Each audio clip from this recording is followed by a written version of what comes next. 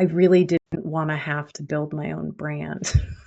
And as it turned out, like I had no choice. There isn't really any choice if I want to be independent and be in charge of my own destiny.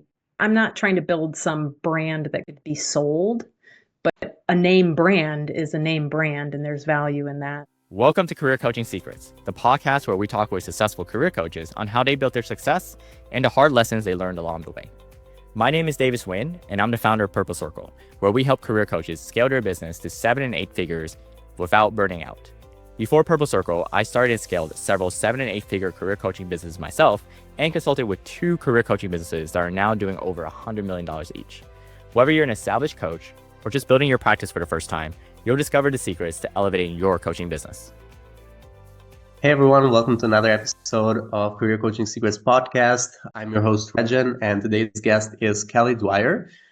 She's an executive and leadership coach who brings over 2 decades of experience helping leaders move from stuck to strategic with a client list that includes investor-backed companies, private equity firms, and mission-driven nonprofits. Kelly is the kind of coach who thrives at the intersection of mindset and mission. She's not just guiding individuals, she's catalyzing vision, alignment, and influence across the entire leadership teams. It's my pleasure to have you on the podcast. Welcome to the show, Kelly. Thank you, Regin. Nice to see you. I'm happy to be here. It's nice to have you on the show, and it's nice to finally have a guest who also has seen some of our episodes, generally because it's fairly new to me, and I haven't had yet guests that have seen previous episodes, so it's very nice to have you, and you have seen some of our previous episodes. So I'm curious, could you tell me what inspired you to become a coach and start your own coaching business? Sure. Happy to share. And just to plug, I do think that the content in the episodes I've listened to has been great. So I highly recommend anyone who's listening to this, go check out some of the other episodes. Okay, so what originally inspired me to become a coach was a longing for purposeful work, meaningful work. And so I was living in New York City. It was 2004, 2005. I was an IT recruiter. I had tried a few things already in my career and just was feeling frustrated that I didn't have more purpose and meaning. And so I went through a coaching program, not a coach training program, but a coaching program where I got coached. And that helped clarify a lot of things for me. And as it turned out, the founder of that program trained me to become a coach. So it was like apprentice style, trained me to become a coach and take people through her program. So that's how I started coaching.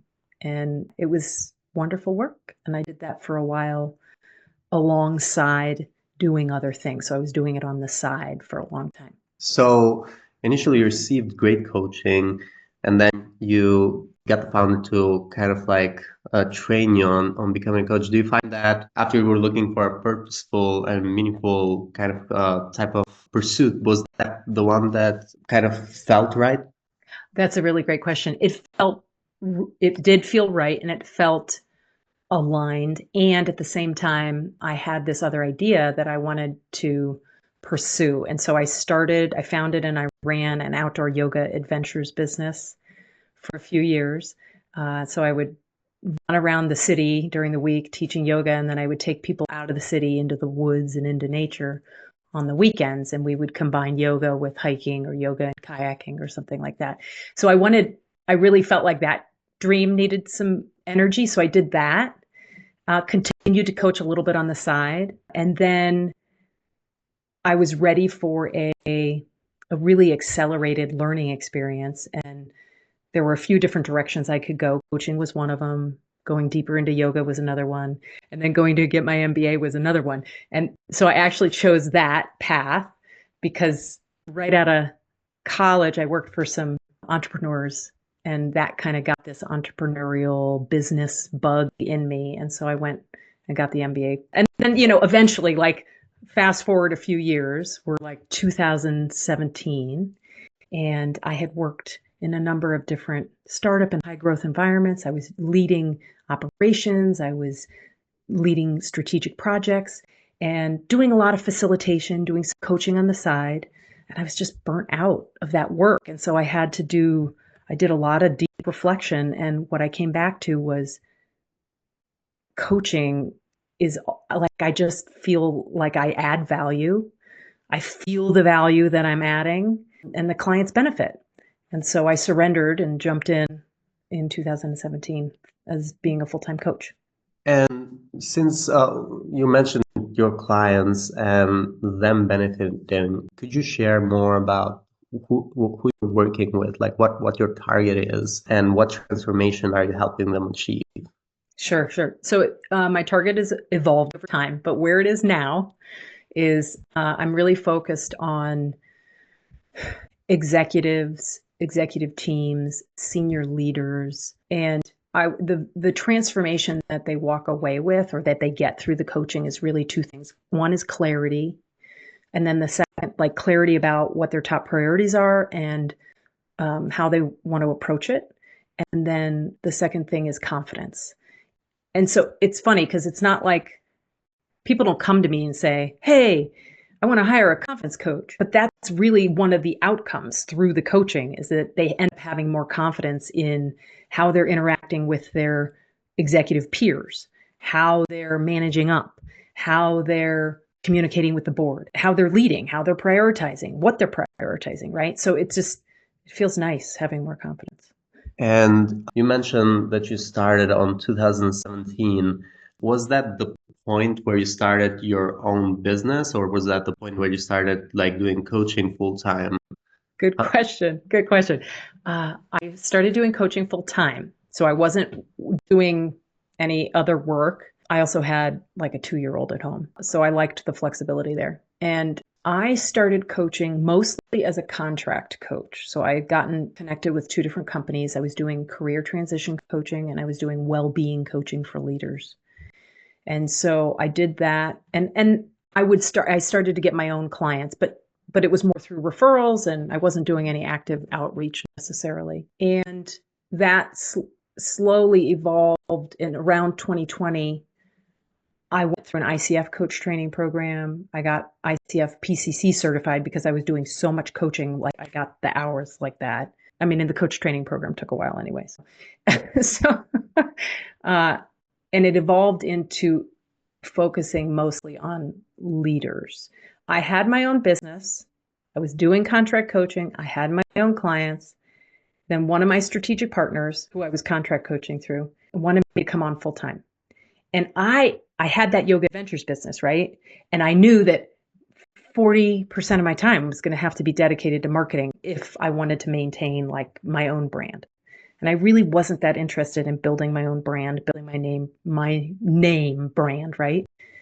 So I went and joined them full time. And that was great until the pipeline kind of dried up. And then I was back to being a contract coach with them, which is, they're lovely humans, right? It was a great experience. However, it was like 18 months that I lost of building my brand. So now I'm like 2 years into, okay, I'm committed. I'm building my own brand. I've got my own clients. I'd say at this point, 70% of my income comes from my own clients. 30% comes through strategic partners where it's they own the relationship and I'm just helping them with delivering on the client services. So you said, I'm sorry, could you mention the percentages again? Was it? Like now I'm about 70% my own clients, Oh, I 30% see. through strategic partners. Yeah. Oh, I see. Cool. So majority is coming on your own clients. From this 70%, which marketing channels are you utilizing? Like what's working in terms of marketing? This is a very timely question, Regin, because to date, until like through the end of 2024, my marketing really has been word of mouth, referral, and the strategy of like, well, it'll work out because it always has. And I started this year, and that is a strategy. Okay, it is a strategy, and it worked for a while. And I started this year with like a yearning or a desire to be more intentional about building a pipeline, because I guess I'm at the point now where, okay, I come into the year, I know where 20% of my income is coming from through contracts that I have, but the rest of the 80%, it'll come, but I don't know where or when, right? So taking some steps to build a more sustainable pipeline has been on my mind, and I implemented a LinkedIn lead generation system, and I'm doing okay with it. However, I'm hiring a virtual assistant to help do some of the more manual follow-up that's involved in it. So that system is LinkedIn Sales Navigator, and then a tool called Waalaxy. I don't know if you've ever heard of it. Waalaxy.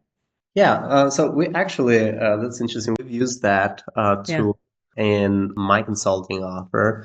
Yeah, so when it comes to automating that, like it can do some of the work, but then when it comes to replies, then that is where part where a VA would be very helpful. So practically, we're doing LinkedIn outreach. You're connecting, and then you're reaching out.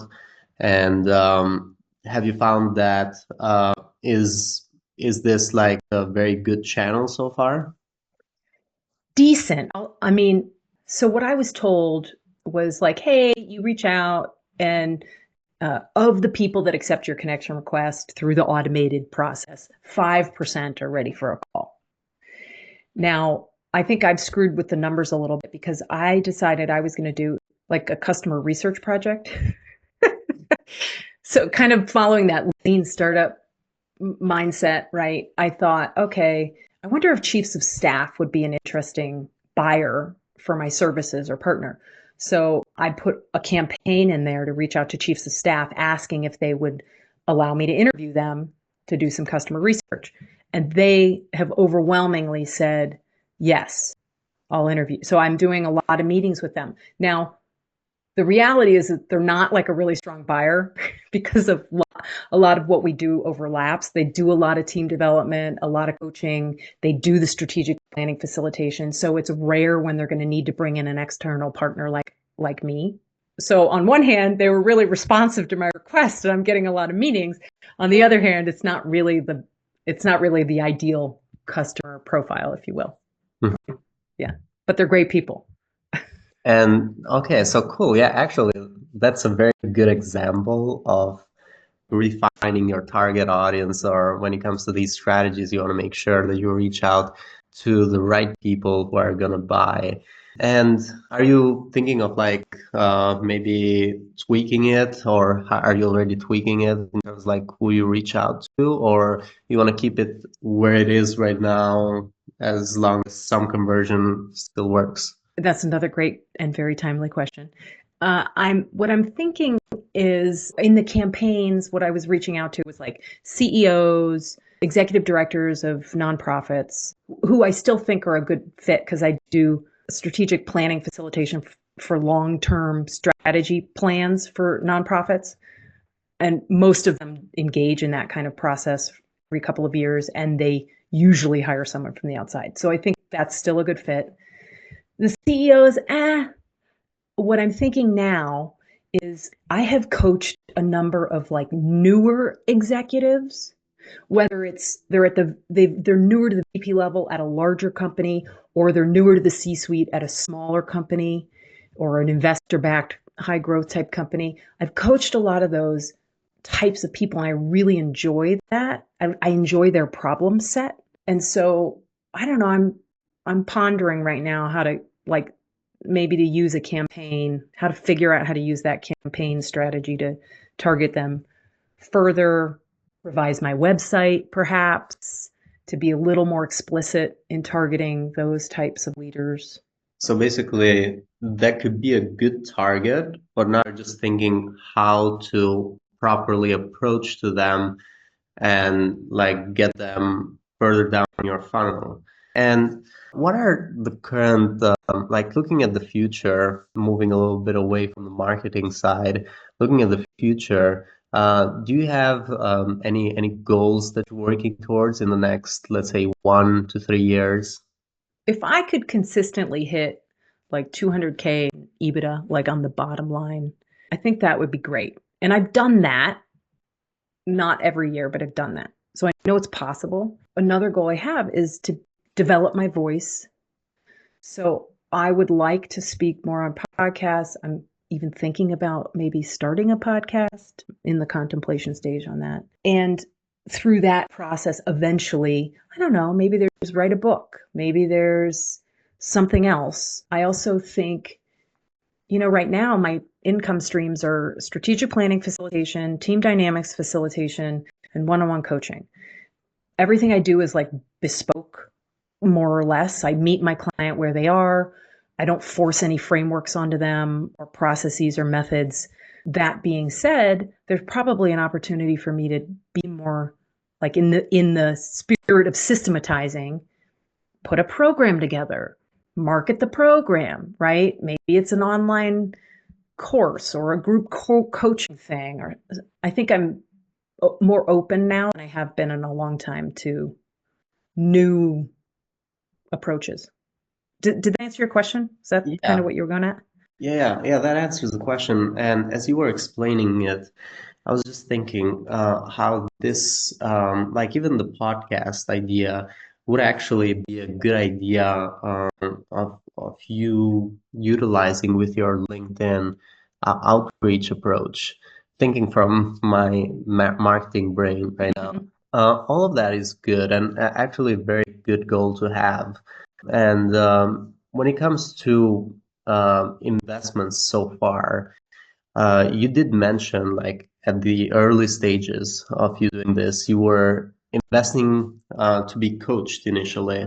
Once you started your business, has there been any other, like, coaching programs, masterminds, or communities that you found to be valuable in growing your business, or that you have seen, even if none of these, if whatever investment it is that you think has really made a difference for you. Is there any that you'd like to share? I would say the investments I've made so far have really been more about coaching for me, yes, to grow my business, but more just coaching for me to be a better coach and be a better facilitator and how to get through some of my own blocks. So no masterminds, no major investments in communities.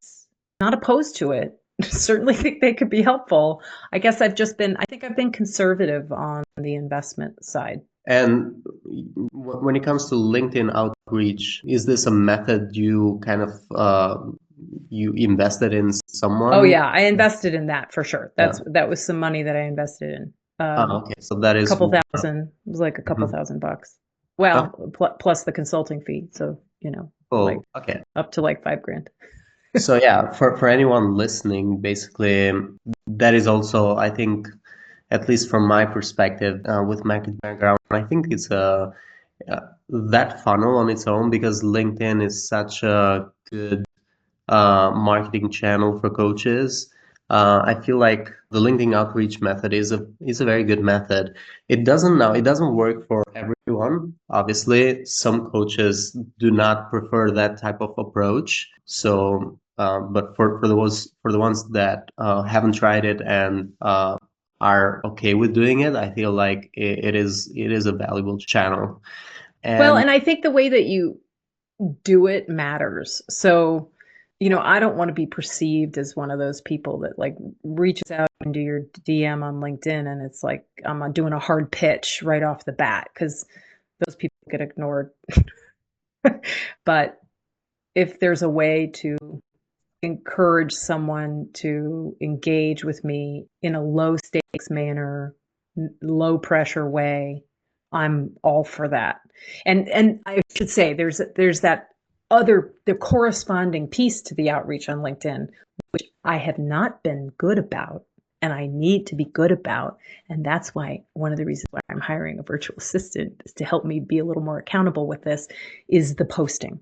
I'm definitely of the mind quality over quantity, but there is a minimum threshold that I should be reaching for posting, and I'm not doing it. So I've activated the one-on-one outreach. Now I need to activate the consistent posting, and I think together they'll do more than just one or the other.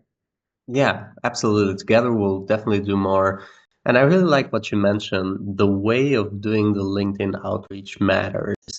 For people who are listening, when you're doing it, you got to think of the other person who is receiving your outreach. And they should think of you as someone that is just looking for a connection, not someone that is looking for your credit card. Right, right, right. Like, to be blunt, no one is gonna invest in you or straight out the bat actually become your client just because you reached out.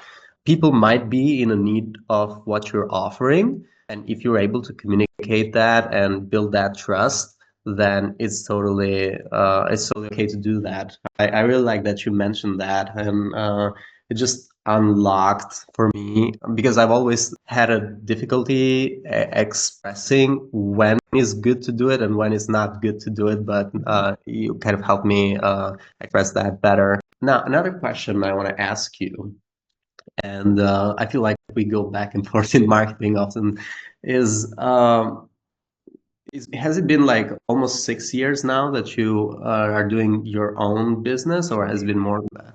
Well, this is year 8 of full-time coaching, and I've been independent with the exception of 18 months where I was full-time W-2 with another coaching company. Has there been like anything there that was like an unexpected lesson learned, something you wish you had known first when you started? Well, I mean, there's always lessons learned, right? Like, oh, I should have charged more, or like, oh, God, I did not scope that right, because I don't charge by the hour, right? So, and especially for a strategic planning facilitation, those are big pieces of work. So, or they can be.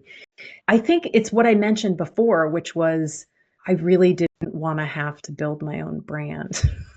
And as it turned out, like I had no choice. There isn't really any choice if I want to be independent and be in charge of my own destiny.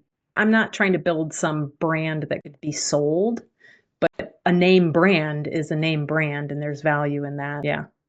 Totally agree with that. Yeah. Yeah, brand is, I think, one of the most important things when it comes to marketing. If the brand is set up correctly, if it speaks to the audience, then it's just like everything else gets easier in a way. Apart from like you already mentioned like current challenges with your marketing funnel with the outreach. And you also mentioned that you invest a lot in you perfecting your own coaching abilities. Right. Mastery of Yeah. the craft. Yeah. So you're working on two ends. You're working on the marketing side, lead generation side. You're also working on another end, which is your coaching side and like improving you so that your clients can get better results over time. Apart from those, is there what would you say is the biggest challenge that's kind of like currently stopping you from getting to where you want to be? And you mentioned quite a few, but if you were to put your finger on it, let's say you figured out the operation side with a new VA, then would you be left with just the marketing being the issue? Because I do feel like the coaching side of it might not be as big of an issue. I want to move faster.